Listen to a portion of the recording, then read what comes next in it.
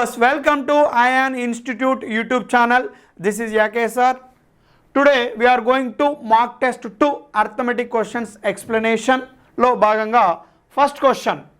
If 937x8y7 is exactly divisible by 11, then the maximum value of x plus y is 937x8y7 ni 11 నిశేషంగా భాగించినట్లయితే x plus y యొక్క గరిష్ట విలువ ఎంత? మీకు 11 యొక్క divisibility rule తెలుసండి. First given నెంబర్ని ఈవెన్ ప్లేసెస్ ఆడ్ ప్లేసెస్గా మొదటగా మనం డివైడ్ చేయాలి. ఓకే అండి. ఆడ్ ప్లేసెస్కి 7 ఆడ్ ప్లేస్లో ఉంది, 8 ఆడ్ ప్లేస్లో ఉంది, మళ్ళీ 7 ఆడ్ ప్లేస్లో ఉంది, 9 అనేది ఆడ్ ప్లేస్లో ఉంది. ఇక్కడ y అనేది ఈవెన్ ప్లేస్లో ఉంది, x అనేది ఈవెన్ ప్లేస్లో ఉంది, 3 అనేది even places. Sum of the odd places and sum of the even places find out. Sum of the odd places 7 plus 8 15, 15 plus 7 22, 22 plus 9 31. Sum of the odd places digits is equals to 31. Okay na? 7 plus 8 15, 15 plus 7 22, 22 plus 9 31. Now sum of the even places. ikkada emundi even place lo y plus x plus 3. Sum of the even places digits is equals to 3 plus x plus y. ఇప్పుడు difference చేయాలండి. Therefore 31 minus open the bracket 3 plus x plus y చేస్తే ఏం రావాలంటే మనకి multiple of 11 are 0 11 యొక్క గుణిజమైన రావాలి లేదా 0 అయినా రావాలి. మరి ఇక్కడ 31 minus 3 plus x plus లో 9 y plus లో 9 maximum value తీసుకుంటే 9 plus 9 18 18 plus 3 21 21 minus 31 లో నుంచి 21 పోతే 0 రావడానికి ఛాన్స్ ఉందా? ఛాన్స్ లేదు. అంటే ఇక 0 రావట్లేదంటే ఖచ్చితంగా 11 యొక్క మల్టిపులే రావాలి. ఇక్కడ x ప్లస్ y యొక్క మ్యాక్సిమం వాల్యూ ఎంత అని అడుగుతున్నాడు. మ్యాక్సిమం వాల్యూ ఎంత అని అంటున్నాడు. రైట్, ఇక్కడ మనకు ఉన్న ఆప్షన్లో మీరు ఈజీగా చెక్ చేయొచ్చండి. ఇక్కడ మ్యాక్సిమం అంటే 28 అనే ఆలోచన వస్తుందండి ఈ క్వశ్చన్ ఉద్దేశం. మరి ఇక్కడ x ప్లస్ y మరి మ్యాక్సిమం గరిష్టంగా సింగిల్ డిజిట్ వాల్యూ ఎంత? 9. x ప్లస్లో 9 y ప్లస్లో 9 సబ్స్టిట్యూట్ చేస్తే ఏమవుతుంది? 9 ప్లస్ 9 18 అవుతుంది. అంటే x ప్లస్ y యొక్క గరిష్ట విలువ 18 క్రాస్ అవ్వడానికి ఛాన్స్ లేదు. అంటే 28 మన ఆన్సరే కాదు. క్లియర్. ఇప్పుడు ఇక్కడ చూసుకుందాం. x ప్లస్ నెక్స్ట్ గరిష్ట వాల్యూ ఏంది? 17 x plus y value 17 plus 3 17 plus 3 20 31 minus 20 11 11 is the multiple of 11. Therefore x plus y యొక్క గరిష్ట విలువ ఎంత అంటే 17. Right. Next question. The rational number with recurring decimal expansion point 12 upon recurring bar is పునరావృత దశాంశ విస్తరణ point 1 2 పైన recurring bar కలిగిన ఆకరణీయ సంఖ్య అనగా 0.12 రికరింగ్ బార్ని p/q ఫామ్లోకి మార్చమని అడుగుతున్నాడు. ఇక్కడ మీరు గమనించాల్సింది ఏంటంటే దశాంశ బిందువు తర్వాత ఉండే స్థానాల పైన రికరింగ్ బార్ లేకపోతే 0 రాసుకుంటూ ఉంటారు. ఒకవేళ రికరింగ్ బార్ ఉంటే 9 రాస్తారు. ఓకే. ఇప్పుడు డివైడెడ్ బై దశాంశ బిందువు తర్వాత 2 స్థానాలు ఉన్నాయి. 2 స్థానాల పైన కూడా రికరింగ్ బార్ ఉంది కాబట్టి 2 9. ఒకవేళ రెండింటి పైన రికరింగ్ బార్ లేకపోతే ఏం రాస్తాం? అప్పుడు 2 0 మన ముందు 1 రాసేస్తాం. ఇప్పుడు రెండింటి పైన రికరింగ్ బార్ ఉంది కాబట్టి 2 9. ఇక పైకి న్యూమరేటర్లోకి వచ్చినప్పుడు డెసిమల్ పాయింట్ రికరింగ్ బార్ 2 కూడా ఉండవండి. అప్పుడు దాని విలువ ఎంత ఉందండి? 12 ఉంది. కట్ చేసినట్లయితే 3 4s 12 3 33s 99 4/33 వచ్చింది. ఎక్కడ ఉందండి option? Second option is correct answer. Next question. The HCF of two numbers is 21 and their LCM is 4641. If one of those two numbers lies between 200 and 300, then the difference of those two numbers is రెండు సంఖ్యల యొక్క గసాబా 21 మరియు వాటి గసాగు 4641. ఆ రెండు సంఖ్యలలో ఒకటి 200 మరియు 300 మధ్య ఉంటే అప్పుడు ఆ రెండు సంఖ్యల మధ్య భేదం ఎంత? ఈ క్వశ్చన్ దేని మీద డిపెండ్ అయిందంటే కసాగు గసాబాకి మధ్య సంబంధం అందరికీ తెలిసిన విషయమే. ఏవేని రెండు సంఖ్యల లబ్ధము వాటి యొక్క కసాగు మరి గసాబల లబ్ధానికి సమానము. The product of any two numbers is equals to product of their LCM and HCF. ఇక్కడ హెచ్సిఎఫ్ ఎంత ఇచ్చిండండి 21 ఇచ్చిండు. Let the ratio between the two numbers be x:y. ఆ రెండు సంఖ్యల మధ్య నిష్పత్తిని x:y అనుకున్నాను. అప్పుడు ఆ రెండు సంఖ్యలు ఏమైతే అంటే హెచ్సిఎఫ్ 21 కాబట్టి 21 చేత మల్టిప్లై చేస్తే 21 into X 21x, 21 into why 21y. అంటే ఒక నెంబర్ 21x, సెకండ్ నెంబర్ ఏమైంది 21y. Okay, product of the two numbers is equals to LCM 4641 into HCF HCF ఎంత 21. క్యాన్సిల్ చేస్తున్నా, 21కి 21 క్యాన్సిల్ అయిపోయింది. ఓకే, ఇప్పుడు 21 చేతి ఇక్కడ చేస్తే 21 తోటి 21 2s 42, మళ్ళీ 21 2s 42, 21 1s 21. X into y is equals to ఏమొచ్చిందంటే 221 వచ్చింది. ఈ 220 ఎక్స్ ఇస్ట్ వై తీసుకున్నాం కదా, ఎక్స్ ఇంటూ వై 221. దీన్ని ఎలా రాసుకోవచ్చు అంటే ఆర్డర్ పేర్స్గా 1, 221, 1 ఇంటూ 221 221 వస్తుంది. ఇక నెక్స్ట్ పేరు ఏంటంటే 13 ఇంటూ 17 221 వస్తుంది. అంటే ఎక్స్ వాల్యూ 13 అనుకుంటే వై వాల్యూ ఏమైంది 17 అయింది. మరి వీటి యొక్క హెచ్సిఎఫ్ ఎంత 21. అంటే ఒక నెంబర్ ఏమైంది 21 ఇంటూ 13 అవుద్ది, సెకండ్ నెంబర్ ఏమైంది 21 ఇంటూ 17 అవుతుందండి. మరి ఈ రెండు సంఖ్యల మధ్య భేదం ఎంత? ఇది 13 టైమ్స్ 21, ఇదేమి 17 టైమ్స్ 21. 13కి 17కి డిఫరెన్స్ ఎంత 4 టైమ్స్ డిఫరెన్స్. Okay, 4 21s 84. ఆ రెండు సంఖ్యల మధ్య భేదం ఎంత అంటే 84. నెక్స్ట్ క్వశ్చన్, ఈ పేరు తీసుకోవడానికి లేదండి. ఎందుకు ఈ పేరు తీసుకోవడానికి లేదంటే అందులో ఒక సంఖ్య ఖచ్చితంగా 200కి 300కి మధ్య ఉండాలా. మరి వీటి యొక్క హెచ్సిఎఫ్ 21 కదా, ఇంటూ 21 చేస్తే 1 ఇంటూ 21 అవుతుంది ఒక నెంబర్. సెకండ్ నెంబర్ 221 ఇంటూ 21 అంటే 4641. ఏ నెంబర్ కూడా రెండు నెంబర్లకి రెండు నెంబర్లు 200 300 మధ్యలో లేదు కాబట్టి ఈ ఆర్డర్ పేరు తీసుకోవడానికి ఛాన్స్ లేదు. అందుకే ఈ ఆర్డర్ పేరు తీసుకుంటాము. రైట్, నెక్స్ట్ క్వశ్చన్ సిరీస్ అండి. 1 - 1/2 into 1 - 1/3 into 1 - 1/4 so on 1 - 1/n. దీన్ని మనం సింప్లిఫై చేస్తామండి, లేదంటే ఇది ఎప్పుడు రిపీట్ అవుతుందండి ఈ మోడల్ క్వశ్చను. దీన్ని సింప్లిఫై చేస్తే 1 - 1/2 2 1s 2 2 - 1 1/2 అలానే 3 1s 3 - 1 2/3 into 4 1s 4 - 1 3 3/4 into so on. ఇక్కడ n 1s n n - 1 divided by n. Cancellation, year 2 2 cancel, year 3 3 cancel. ఇక్కడ 4కి ఇక్కడ 4 ఉంటుంది, ఇక్కడ n - 1 ఉంటే ఇక్కడ n - 1 ఉంటుందండి. క్యాన్సిలేషన్. ఇక మిగిలింది ఏంది ఇక్కడ 1/n. ఎక్కడ ఉందండి? 4th option is correct answer. Next question, the sum of k numbers is 2000 and their average is 50. If 91 is included into the list, then the new average is. k సంఖ్యల మొత్తము 2000 మరియు వాటి సగటు 50. ఆ సంఖ్యలకు 91 కూడా జోడిస్తే అంటే కలిపితే కొత్త సగటు ఎంత? మొదటగా k సంఖ్యల మొత్తం ఎంత అంటున్నాడండి 2000, మొత్తం 2000. వాటి సగటు ఎంత అంటున్నాడండి 50.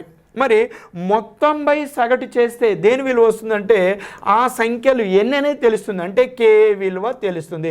కట్ చేస్తే ఇయర్ 0 0 క్యాన్సల్, 5తో కట్ చేస్తే 5 40s 200. అంటే దేర్ ఫోర్ కే విలువ ఎంత 40. అంటే ఆ సంఖ్యలు ఎన్ని 40. ఆ సంఖ్యలు రైట్. ఇప్పుడు ఆ సంఖ్యలకు ఒక సంఖ్య కలపబడుతుందంటే 40 + 1 41 సంఖ్యలు అవుతున్నాయి. మరి మొదటగా 40 సంఖ్యల మొత్తం 2000, ఇప్పుడు 91 కలపబడుతుంది. అంటే మొత్తం ఎంత 2091. 41 5ల 205. ఏం మిగిలింది 4 1 41, మళ్ళీ 41 1 41. అంటే కొత్త సంఖ్య కొత్త సగటు ఎంత అంటే 51. ఎక్కడ ఉందండి? First option. Next question, the total cost of 3 pens and 5 books is rupees 2100. The average cost of book is rupees 300. Then find the average cost of pens. Okay, 3 పెన్నులు అండి, 3 pens and 5 books. Total cost 2100. ఇక్కడ each book cost ఇచ్చాడు ఎంత 300 అంటే 1 book is equals to 300 అని తెలిసిపోయింది. 5 300s 1500 after transposing it will become minus 1500. 2100 minus 1500 ఎంత మిగులుతుందండి 600. 3 pen cost ఏమవుతుందంటే 600. Now each pen cost is equals to 600 by 3 200. Third option. Next question. 4 years ago, the average age of wife and husband is 28 years. If husband is 6 years older than his wife, what is the wife's present age? 4 సంవత్సరాల క్రితం భార్యాభర్తల సగటు వయసు 28 సంవత్సరాలు. భర్త వయసు భార్య వయసు కంటే 6 సంవత్సరాలు ఎక్కువ. అయితే ప్రస్తుతం భార్య వయసు ఎంత? మరి 4 సంవత్సరాల క్రితమే అంటే P-4 నొటేషన్. 4 సంవత్సరాల క్రితం వారి యొక్క సగటు 28 సంవత్సరాలు. P మీన్స్ ప్రజెంట్ వారి యొక్క సగటు ఏమైంది 4 years యాడ్ అవుతుంది. 28 + 4 32 years ఇది వారి యొక్క యావరేజ్. మరి వారు మొత్తం ఏమవుతుంది ఇద్దరు భార్యాభర్తలు అంటే ఇద్దరండి 32 2 64 సంవత్సరాలు ఎట్ ప్రజెంట్ వారి వయసులో మొత్తం. ఇప్పుడు భార్య భర్త కన్నా 6 సంవత్సరాలు చిన్నది. ఎప్పుడైనా 6 సంవత్సరాలు చిన్నదే. పెళ్ళైనప్పుడు 6 సంవత్సరాలు చిన్నది అంటే జీవితకాలం కూడా 6 సంవత్సరాలు చిన్నది. కాబట్టి ఇప్పుడు భర్త భార్య కన్నా 6 సంవత్సరాలు పెద్దవాడు, భార్య భర్త కన్నా 6 సంవత్సరాలు చిన్నది. ఈ 6ను పక్కకు తీసేస్తే ఇక మిగతా వాల్యూ ఇద్దరికి ఈక్వల్గా మనం డిస్ట్రిబ్యూట్ చేయవచ్చు అండి. రైట్.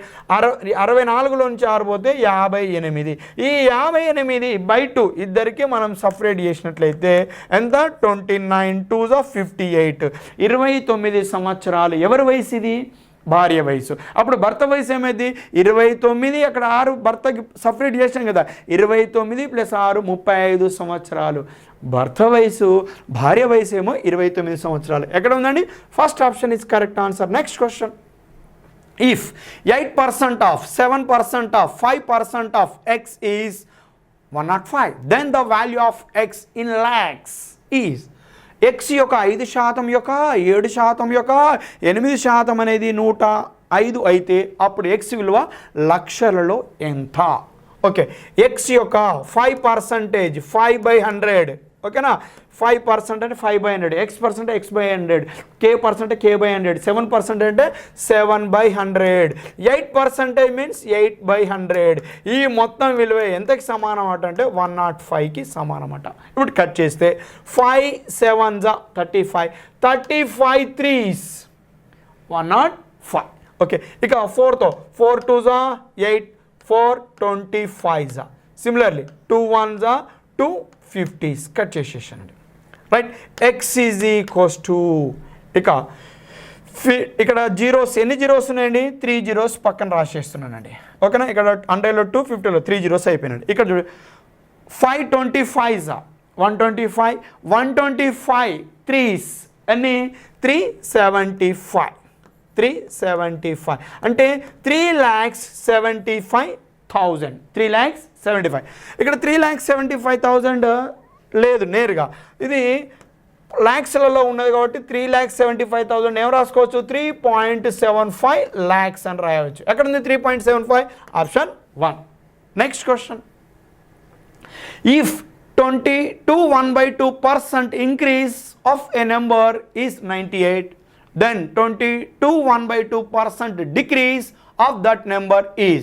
ఒక సంఖ్యలో 22.5% పెరుగుదల 98 అయితే ఆ సంఖ్యలో 22.5% తగ్గుదల ఎంత?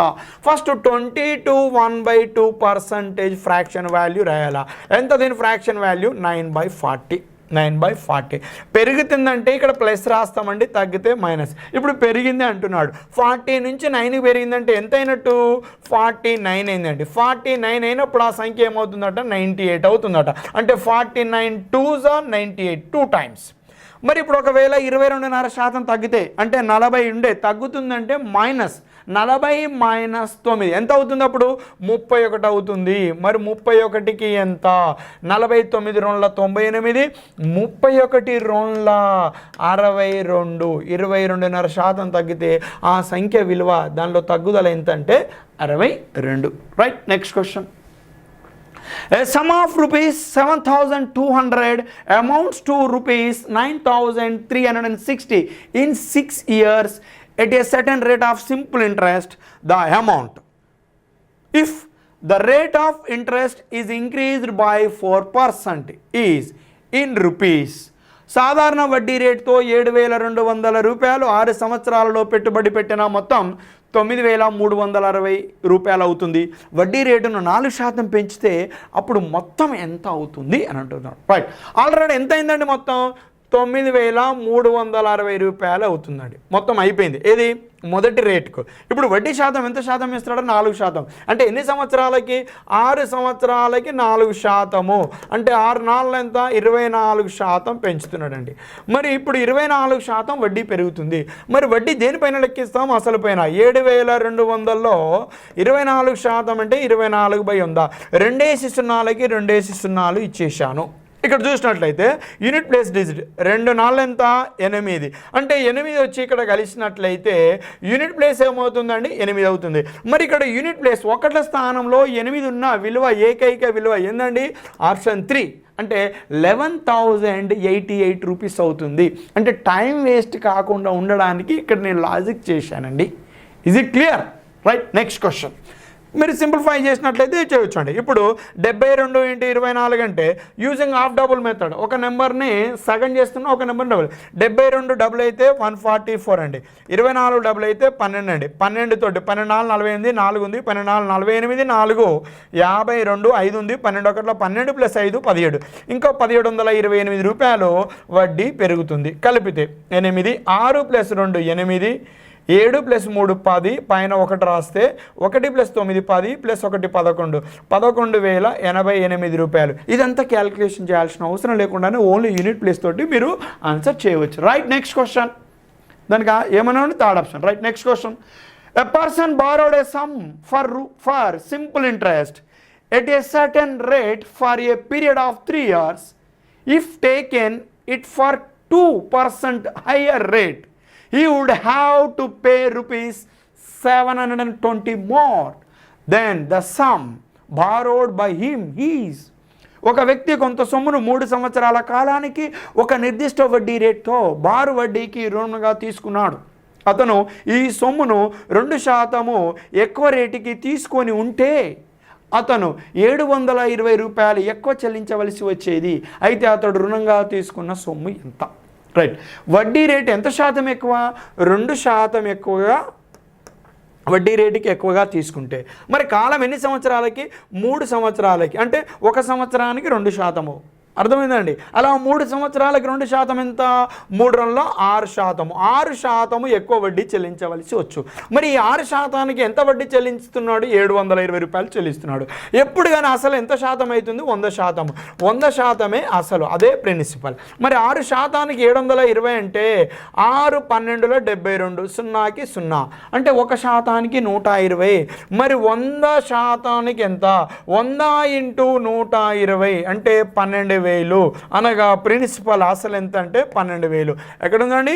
Option 1 correct answer. Next question. The compound interest of an amount P for 1 year at the rate of interest 8% per annum is rupees 600. The compound interest for 2 years at the same rate of interest for the same amount P is. ఒక మొత్తంపై 8% వడ్డీ రేటుతో 1 సంవత్సరానికి వచ్చిన చక్రవడ్డీ 600 రూపాయలు. అదే మొత్తంపై 2 సంవత్సరాలలో వచ్చే చక్రవడ్డీ ఎంత? అనగా మొదటి సంవత్సరము ఎంత వచ్చిందండి? చక్రవడ్డీ 600 రూపాయలు వచ్చింది. మొదటి సంవత్సరం 600. ఇప్పుడు 2 సంవత్సరాలకి ఎంత అంటున్నాడు? అదే అసలు పైన మళ్ళీ వడ్డీ లెక్కిస్తే ఎంత వస్తుంది? 600 రూపాయల వడ్డీ వస్తుంది. మొదటి సంవత్సరము 600, రెండవ సంవత్సరం అదే అసలు పైన వడ్డీ లెక్కిస్తే ఎంత? 600 వస్తుంది. రైట్, కానీ చక్రవడ్డీలో మొదటి సంవత్సరం అయిన వడ్డీ పైన కూడా మళ్ళీ వడ్డీ లెక్కించబడుతుంది. మొదటి సంవత్సరం ఎంత అయింది? వడ్డీ 600 రూపాయలు అయింది. ఈ 600 రూపాయల పైన 8%, 6 8 48 రూపాయలు ఈ 600 పైన వడ్డీ లెక్కించాల్సి వస్తుంది. మొత్తం కలిపితే 600 600 1200 + 48 1248 రూపాయల చక్రవడ్డీ వస్తుంది. ఎక్కడ ఉందండి? Option 1 is right answer. Next question.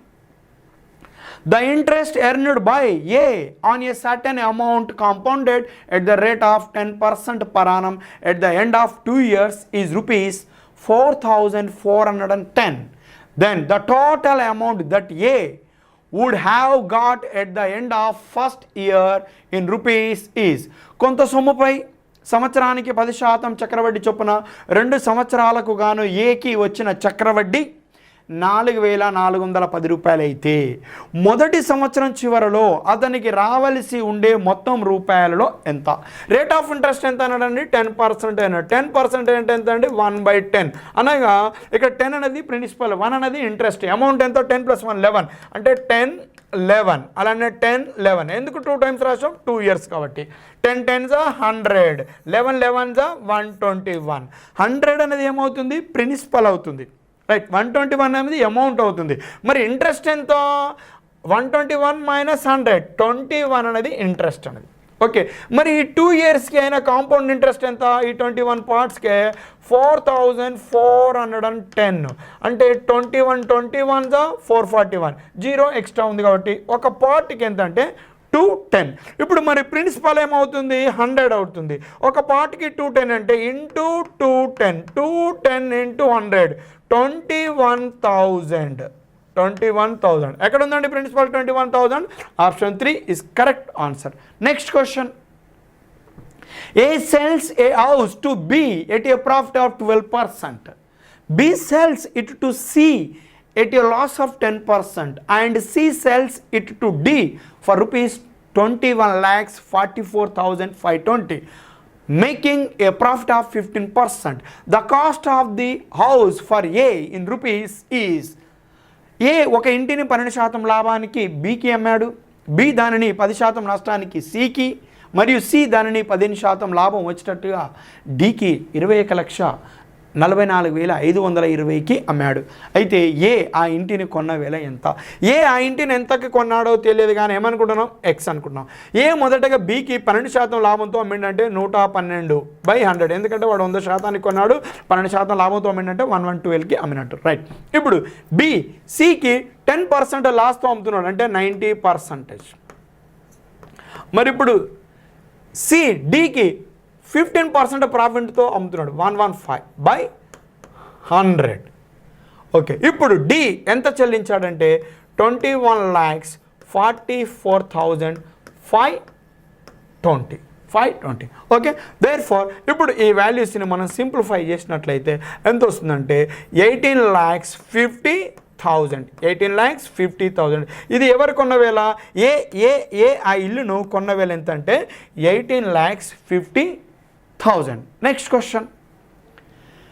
A retailer bought some books from the dealer at the rate of rupees 10 per book, but the dealer gave 30 books instead of 25. If the retailer sells each book at rupees 12, what is the profit percentage will the retailer get? ఒక పుస్తకాల dealer చిల్లర వర్తకునికి ప్రతి పుస్తకాన్ని 10 రూపాయలకు అమ్మేవాడు. Dealer 30 పుస్తకాలకు బదులుగా 25 పుస్తకాలకు లెక్కిస్తాడు. అంటే ఇచ్చింది 30, పొరపాటున 25 లెక్కించుడు. కానీ చిల్లర వర్తకుడు ఒక్కొక్క పుస్తకాన్ని 12 రూపాయల చొప్పున అమ్మినట్లయితే చిల్లర వర్తకునికి వచ్చే మొత్తం లాభశాతం ఎంత? మరి లాభశాతం ఉన్నదంటే కొన్న వేల కన్నా అమ్మిన వేల ఎక్కువగా ఉన్నట్టు. మొదటగా రిటైలర్ కొన్నది ఎంతో చూద్దాం. రిటైలర్ బుక్ స్టాల్కి తెచ్చుకున్నది 30 బుక్స్ అండి, బట్ అక్కడ డీలర్కి వాడు చెల్లించింది ఓన్లీ 25 బుక్స్కే. ఈచ్ బుక్ కాస్ట్ ఎంత? 10 రూపీస్. 25 10s 250, 250 రూపాయలకి కొన్నాడండి. మరి వీడు ఎంతకు అమ్ముతున్నాడు అంటే ఇప్పుడు అమ్మేటప్పుడు జాగ్రత్త, అక్కడి నుంచి తీసుకొచ్చినవి 30 బుక్స్, కానీ డీలర్కి ఇచ్చింది 25 పుస్తకాల ధరే ఇచ్చిండు. మరి వీడు అమ్మేటప్పుడు వీడు ఫ్రీగా ఇవ్వడు కదా. 30 పుస్తకాలకి 12 రూపాయల చొప్పున అమ్ముకుంటే 360 రూపాయలు వస్తుందండి. అప్పుడు లాభం ఎంత? 1110 అంటే 110 రూపీస్ లాభం. మరి ఇప్పుడు ప్రాఫిట్ పర్సెంటేజ్ పీపీ అంటున్నాడు. Profit 110 rupees. మరి కాస్ట్ ప్రైస్ ఎంత అయింది? 250. Percentage means for every 100 keep the percentage sign, తెలిసిన విషయమే. 50తో 50 5s 50 2s 5తో 5 22s 110, 22 2s 44%, 44% లాభం. ఎవరికి ఇది? రిటైలర్కి. ఎక్కడ ఉందండి? Second option is correct answer. జాగ్రత్తగా ఉండాలని ఏంటంటే ఇలాంటి మోడల్ దగ్గర తీసుకొచ్చేటప్పుడేమో ఎక్కువ బుక్స్ తెస్తాడు, అక్కడ చెల్లించేవి అందులో కొన్ని బుక్కులకే, అమ్మేటప్పుడు మాత్రం అన్ని బుక్కుల్ని అమ్ముకుంటాడు. ఇది జాగ్రత్తగా ఉండాలి. Next question. The total annual income of 3 persons, capital A, B, C is rupees 14,20,000. A, B and C respectively save 30%, 25%, 20% of their incomes. If the annual savings of A, B, C are in the ratio 12:13:10, then the annual income of A in rupees is A, B, C అనే ముగ్గురు వ్యక్తుల వార్షిక ఆదాయాలు 14,20,000 రూపాయలు అయితే వారి ఆదాయంలో ఏ మరియు బి, సిలు వరుసగా తమ ఆదాయంలో 30%, 25%, 20% పొదుపు చేస్తారు. ఏ, బి, సి యొక్క వార్షిక పొదుపుల మధ్య నిష్పత్తి ఎంతంటే 12:13:10 నిష్పత్తిలో ఉంటే ఏకి సంవత్సరానికి వచ్చే ఆదాయము ఎంత? రైట్, ఇప్పుడు చూద్దామండి. ఏ యొక్క ఆదాయాన్ని ఏనే అనుకుంటున్నాను. ఏ యొక్క ఆదాయాన్ని నేను ఏనే అనుకుంటున్నాను. ఇది ఏనే వాడు ఎంత పర్సంటేజ్ సేవ్ చేస్తాడు? 30%. ఇప్పుడు ఇన్కమ్ ఆఫ్ ఏ ఏమైంది? 30%. 30% మీన్స్ 30/100. అంటే 30లో 0, 100లో 0, అంటే 3/10. 3/10. అప్పుడు ఏ ఇన్కమ్ ఏమైందంటే 3A/10. 3A/10. క్లియర్. మరి బి ఇన్కమ్ చూడండి. బి యొక్క ఇన్కమ్ని బి అనుకున్నాను. మరి బి అనేవాడు ఎంత సేవింగ్ చేస్తాడు? 25%. 25% అంటే ఎంత? Fraction value 1/5. అనగా బి యొక్క సేవింగ్ ఏమైంది? B/5. బి యొక్క సేవింగ్ B/5. సి దగ్గరికి వస్తున్నా. సి ఇన్కమ్ను సి అనుకున్నాను. 20% సేవ్ చేస్తాడు. అంటే సేవింగ్ ఎంత? 20% అంటే 1/20%. 1/20. ఇందాక బి దగ్గర 25% అనండి. 25% అంటే 1/4 అండి. సరే అండి, B into 1/4 which is equals to B/4. Right. ఇక సి దగ్గరికి వచ్చినట్లయితే సి యొక్క ఇన్కమ్ని సి అనుకున్నానండి. అందులో 20% సేవ్ చేస్తున్నాను. 20% ఫ్రాక్షన్ వల్ల ఎంత? 1/5. అంటే ఏమవుతుందండి? అది C/5 అవుతుంది. C/5. ఇవి వీరి యొక్క సేవింగ్స్. కానీ ఈ సేవింగ్స్ ఏ రేషియోలో ఉన్నాయంటే 12:13:10లో ఉన్నాయండి. వీటిని మనం ఈక్వల్ చేసినట్లయితే ఏమైందంటే 3A/10 is equals to 12x. తెలియదు కానీ ఎక్స్ అనుకుంటున్నాను. ఓకే. అలానే బి దగ్గరికి వస్తే B/4 is equals to 13x. C దగ్గరికి వస్తే C/5 is equals to 10x. Now it employees ఏ వాల్యూ 3తో కట్ చేస్తే 3 1s 3 4s. ఓకే. అప్పుడు ఏ ఈజ్ ఈక్వల్స్ టు ఏది? 10 ఇటు వస్తే 4 10 ఇటు వస్తే 4xని మల్టిప్లై చేస్తుంది. 4 10s 40. A is equals to 40x.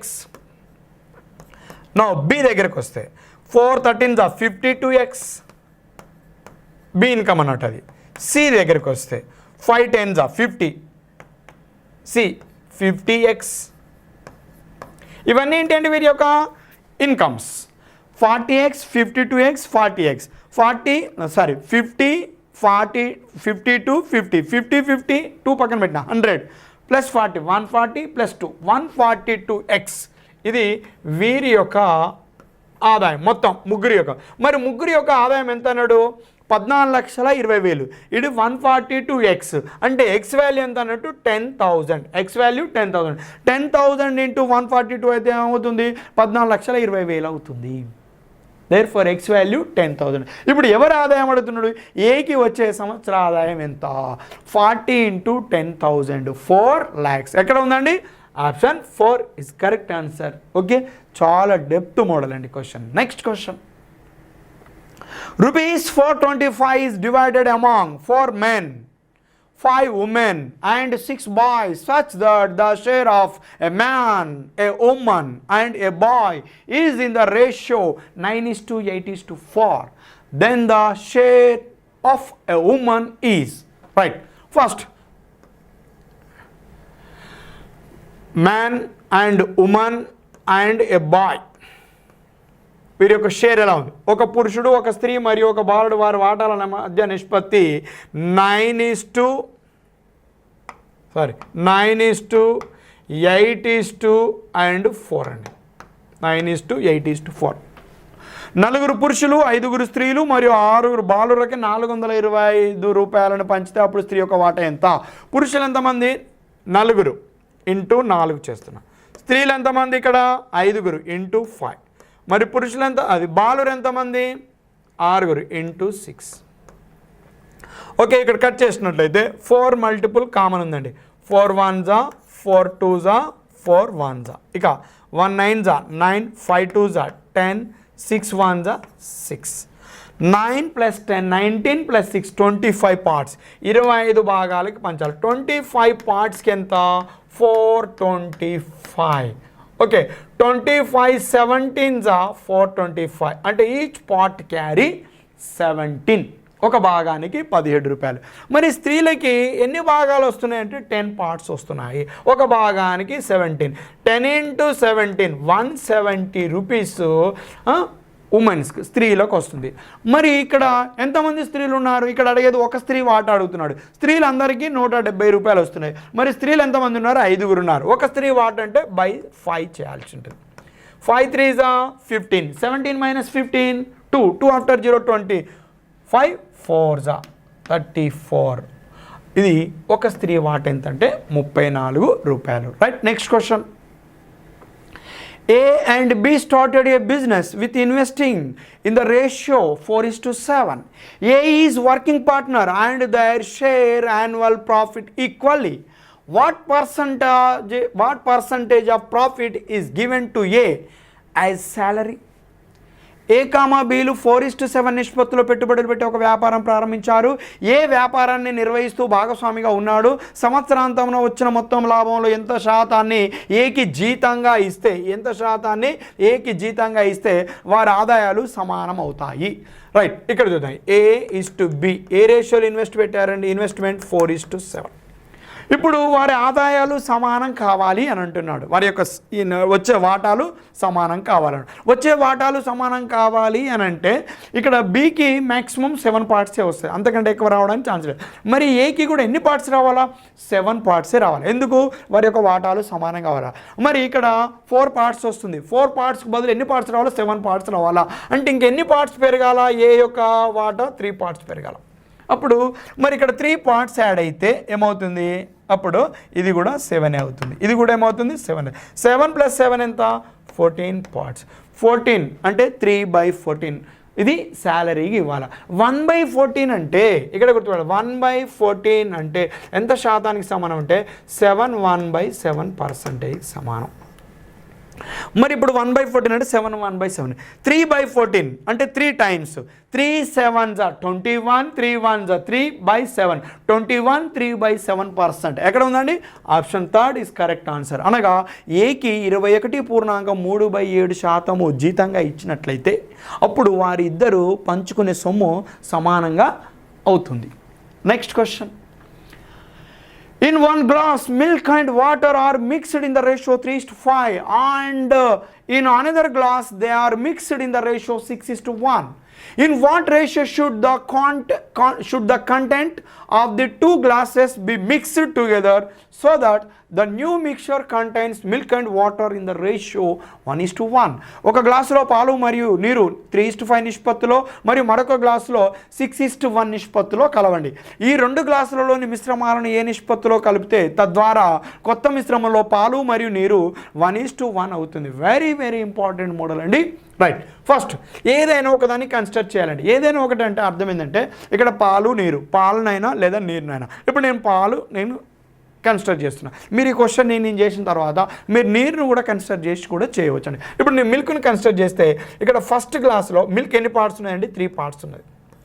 మొత్తం 3 + 5 8 పార్ట్స్కి 3 పార్ట్స్ మిల్క్ అంటే 3/8. అక్కడ సెకండ్ గ్లాస్ తీసుకున్నట్లయితే అందులో మిల్క్ 6 పార్ట్స్, మొత్తం 6 + 1 7 పార్ట్స్లో 6 పార్ట్స్ మిల్క్. రైట్, అలానే ఇప్పుడు వచ్చే రిజల్ట్లో 1:1 అంటే 1 పార్ట్ ఏంటిదండి? 1 పార్ట్ ఏంటండి? Milk, 1 part water. అనగా మిల్క్ 1/2. ఎందుకంటే మిల్క్ 1 పార్ట్, టోటల్ పార్ట్ 1 + 1 2, 1/2. ఇప్పుడు మనం క్యాల్కులేషన్ చేసేసినట్లయితే 1/2లో నుంచి 3/8ను సబ్ట్రాక్ట్ చేస్తున్నాం. 1/2 - 3/8. ఓకే, 2 8 ఎల్సిఎం 8 అండి. ఈ 8ని 2 అనేది 4 టైమ్స్ చేస్తుంది కాబట్టి 4 1s 4. 8ని 8 1 టైమ్స్ కాబట్టి 1 3s 3. 4 - 3 1, 1/8. ఇక్కడ 1/8 వస్తుంది. రైట్. ఇక 6/7లో నుంచి 1/2ని మనం సబ్ట్రాక్ట్ చేస్తాం. ఓకేనా, 6/7 - 1. 7 and 2 ఎల్సిఎం ఎంత? 14. 7 అనేది 14 2 టైమ్స్ డివైడ్ చేస్తుంది. 2 6 12. 2 అనేది 7 టైమ్స్. 7 1s 7. ఏమొస్తుందండి? 5/14 వస్తుంది. రైట్. ఇక్కడ 5/14 రాసుకున్నట్లయితే కట్ చేస్తే 2తో 2 7s 2 4s. Cross multiplication 4 5s 20, 7 1s 7. 20:7 వస్తుందండి. 20:7 ఎక్కడ ఉందండి? Option 1 is correct answer. మీరు ఇదే విధంగా ఇప్పుడు నేను పాలను తీసుకున్నా, దానికి బదులుగా మీరు నీరుని తీసుకోవచ్చు. అప్పుడు నీరు తీసుకుంటే ఏమైందంటే ఇది 5/8 అవుతుంది. అదేమైంది? 1/7 అయింది. ఇది 1/2నే అవుద్ది. చెక్ చేసుకోవచ్చు. Next question. 2 friends capital A and B working together can complete a piece of work in 16 days. A alone can do the same work in 32 days. If A and B work on alternative days, starting with B, the time, days in which the work can be completed is. ఇద్దరు మిత్రుడు A మరియు Bలు కలిసి పనిచేస్తూ ఒక పనిని 16 రోజుల్లో పూర్తి చేయగలరు. ఏ ఒక్కడే అదే పనిని 32 రోజుల్లో చేయగలడు. బీతో మొదలుపెట్టి ఏ మరియు బీలు రోజు విడిచి రోజు పని చేస్తే ఆ పని పూర్తి చేయడానికి పట్టే రోజుల సంఖ్య, డేస్, నెంబర్ ఆఫ్ డేస్ అంటే ఆల్టర్నేటివ్ డేస్లో ఉన్నదండి. ఇక్కడ లాజిక్గా ఇచ్చిండండి క్వశ్చన్. చూడడానికి క్రిటికల్ అనిపిస్తుంది కానీ వెరీ వెరీ ఈజీ అండి. ఇక్కడ ఏబీలు ఇద్దరు కలిసి ఎన్ని రోజుల్లో చేస్తారట ఆ పనిని? 16 రోజుల్లో చేస్తారట. ఏబీలు ఇద్దరు కలిసి 16 డేస్లో చేస్తారట. అందులో ఏ అనేవాడు ఎన్ని రోజులు చేస్తారట? 32 రోజులు. ఏ అనేవాడు 32 డేస్లో చేస్తే, మరి బి ఒక్కడ ఆ పైన ఎన్ని రోజులు చేస్తారంటే బి కూడా 32 డేస్లోనే చేస్తాడు. బి కూడా 32 డేస్లో చేస్తారు. ఎందుకంటే ఇద్దరు కలిసి 16 రోజులు చేస్తే ఏ ఒక్కడు 32 రోజులు చేస్తే బి ఒకటి ఎన్ని రోజులు చేస్తారంటే x × y divided by x - y చేస్తే అప్పుడు బి కూడా 32 రోజులని చేస్తాడు. ఏ 32 డేస్, బి 32 డేస్, ఇద్దరు కలిస్తే 16 డేస్. రైట్. ఇప్పుడు ఆల్టర్నేటివ్ డేస్లో చేస్తా అన్నాడు. ఏ మొదటి రోజు పోతాడు, బి రెండో రోజు పోతాడు. ఓకేనా. ఏ మొదటి రోజు బి అంటే ఏ పోయినాడు బి బోర్డు, బి పోయినాడు ఏ బోర్డు. అంటే దేర్ ఫర్ మొత్తం పని ఎన్ని రోజుల్లో పూర్తవుతుంది అంటే 32 డేస్లోనే పూర్తవుతుంది. మొత్తం పని 32 డేస్లోనే పూర్తవుతుంది. అనగా ఏకి బదులుగా బి పోతుండు, బికి బదులుగా ఏ పోతుండు. అనగా వేషం మార్చుకొని పోతుండు. వీడు చేసే పని వాడు చేసే పని సమానమే. ఎందుకంటే ఏ 32 డేస్లో చేస్తాడు, బి కూడా 32 డేస్లో చేస్తాడు. అనగా ఏ పోతుండు అంటే అది బి పోయినట్టే, బి పోతుండంటే ఏ పోయినట్టే. ఎవడన్నా ఒకడే పోతున్నాడు. ఎవడైనా ఒకడే చేసే రోజులు ఏంటంటే 32 డేసే. కాబట్టి ఆల్టర్నేటివ్ డేస్లో చేసిన పట్టే రోజులు ఏంటంటే 32 డేస్. ఎక్కడ ఉందండి option? 4th option is correct answer. Next question. 30 men can cut 54 trees in 9 hours. If 6 men are dropped from the job, then the number of trees that will be cut by the remaining men in 10 hours is. 30 మంది వ్యక్తులు 54 చెట్లను 9 గంటలలో నరికివేస్తారు. 6 వ్యక్తులను ఆ పని నుంచి తప్పిస్తే మిగిలిన వారిచే 10 గంటలలో నరకబడే చెట్ల సంఖ్య ఎంత? ఇది చైన్ రూల్ మీద ఉందండి. చైన్ రూల్ మీద ఉందండి. ఓకేనా. M1 మెన్ ఉన్నారండి. నెక్స్ట్ అవర్స్ ఉన్నదండి. H1 by task W1 is equals to M2 H2 by W2. M1 మొదట ఎంతమంది? 30 మంది వ్యక్తులు. ఓకేనా. రోజు ఎన్ని గంటల్లో? 9 గంటల్లో. ఎన్ని చెట్లను? 54 చెట్లను నరకవేస్తారు. అదేవిధంగా M2 ఇప్పుడు 6 మంది వ్యక్తులు. మొదట 30 మంది ఉంటే 6 మంది తప్పుకున్నారు, డ్రాప్ అయ్యారు. అంటే ఇంకా ఉండే వాళ్ళు ఎంతమంది? 24 మంది. ఎన్ని గంటల్లో? 10 గంటల్లో. నరకబడే చెట్ల సంఖ్య W2 ఎంత అంటున్నాడు అండి. కట్ చేస్తే 9 1 9, 9 6 54, 6 1 6, 6 5 30, 5తో ఒకటి వేస్తే 5 2 10. దేర్ ఫోర్ W2 ఇటు వచ్చినట్టయితే ఇట్ ఇంప్లాయిస్ W2 అంటే వారు చేసే పని, వారు నరికే చెట్ల సంఖ్య W2 24 2s 48, 48 చెట్లను నరుకుతారండి. ఎక్కడ ఉందండి? Option second is correct answer. Next question. A boy started from his house on bicycle at 10 a.m. at a speed of 12 km/h. His elder brother started after 1 hour 15 minutes on scooter along the same path and caught him at 1:30 p.m. The speed of the scooter will be in km/h. ఒక బాలుడు తన ఇంటి నుండి సైకిల్పై ఉదయం 10 గంటలకు గంటకి 12 కిలోమీటర్ల వేగంతో బయలుదేరాడు. అతని అన్నయ్య 1 గంట 15 నిమిషాల తర్వాత స్కూటర్పై అదే దారిలో బయలుదేరాడు మరియు మధ్యాహ్నం 1 గంట 30 నిమిషాలకి అతని వద్దకి చేరుకున్నాడు. అంటే ఇద్దరు కలుసుకున్నారు. అయితే స్కూటర్ యొక్క వేగం km/hలో ఎంత? రైట్. ఇప్పుడు మొదటగా తమ్ముడు అనగా బాలుడు చిన్నవాడు మరి ఎంత దూరం ప్రయాణించాడు? ఇది పెద్దవాడు చిన్నవాడిని కలుసుకునే సమయానికి చిన్నవాడు ఎంత దూరం ప్రయాణించాడు? చిన్నవాని యొక్క స్పీడ్ ఎంత? 12 km/h. ఇప్పుడు చిన్నవాడు ప్రయాణించిన సమయం ఎంత అంటే చిన్నవాడు ఉదయం 10 గంటలకు స్టార్ట్ అయ్యాడండి. ఎప్పుడు పెద్దవాడికి దొరికాడు? 1 గంట 30 నిమిషాల కలుసుకున్నారు. అంటే 10 గంటల నుంచి 1 గంట 30 నిమిషాల వరకు చిన్నవాడు ప్రయాణం చేస్తూనే ఉన్నాడు. మరి 10 గంటల నుంచి 1 గంట 30 నిమిషాల వరకు ఎన్ని గంటలు? 10 నుంచి 11 1 12 2 1 ఏమవుతుంది? 3 పైన అరగంట 3.5 గంటలు. గంటకి 12 కిలోమీటర్లు. మరి 3.5 గంటలలో ఎంత దూరం ప్రయాణిస్తాడు? 3 12 36 12 సగం 6 42 కిలోమీటర్ల దూరం ప్రయాణిస్తాడు. ఎవరండి? చిన్నవాడు. రైట్. ఇక పెద్దవాడి దగ్గరికి వస్తారు. మరి పెద్దవాడు ఎన్ని గంటలు ప్రయాణించిండు? వాని యొక్క వేగం కావాలి. వేగం కావాలంటే దూరం వచ్చింది. దూరం బై ఇక కాలం.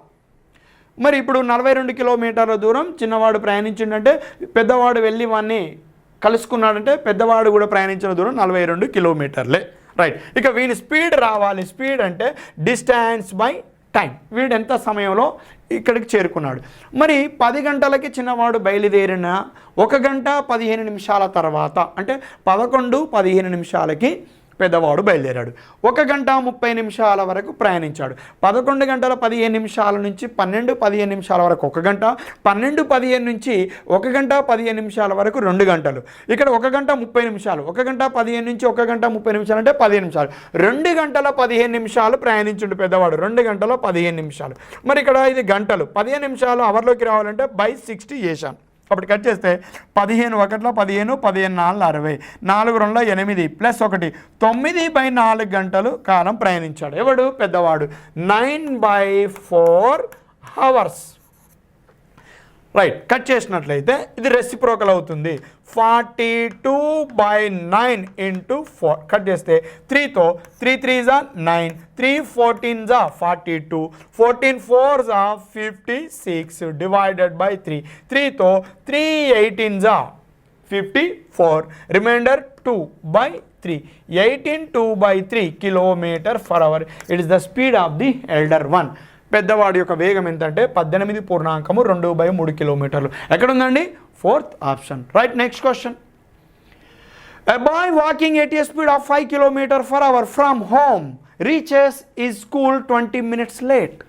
Next day, he increases his speed by 1 km/h and he is late by 5 minutes. Then the distance between his home and school in km/h is.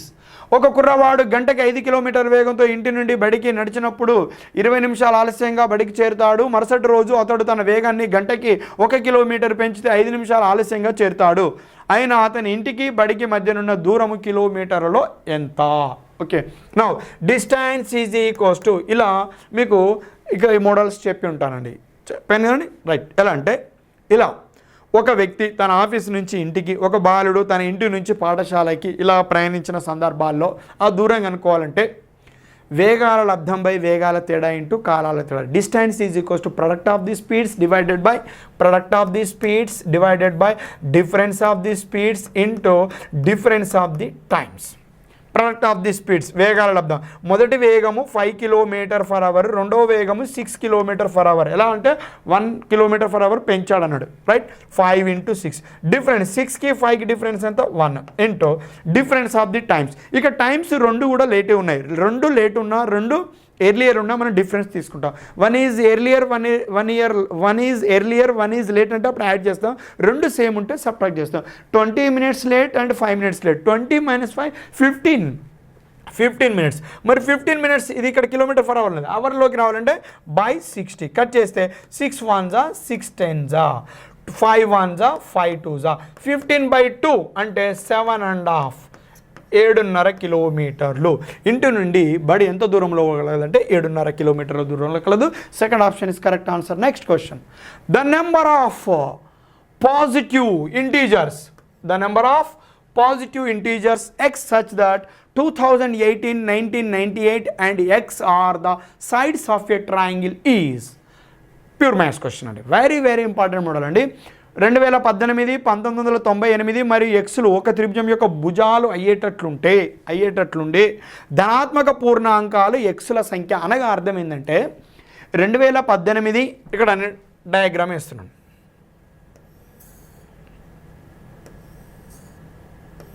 Okay, ABC is a triangle. ఇక్కడ 2018 ఇదేమి 1998 ఇది X అయితే ఈ ఎక్స్కి సాధ్యపడే విలువల సంఖ్య ఎంత అంటున్నాడండి. అంటే ఎన్ని విలువలు సాధ్యపడతాయి అని అంటున్నాడండి. అంటే ఎక్స్ వాల్యూకి ఎన్ని పాసిబిలిటీస్ ఉన్నాయని అడుగుతున్నాడు. రైట్ నౌ మరి ఎలా కనుక్కుంటామంటే మరి రూల్ ఏంటంటే sum of the any two sides is greater than third side or లేదా difference of the any two sides is less than third side.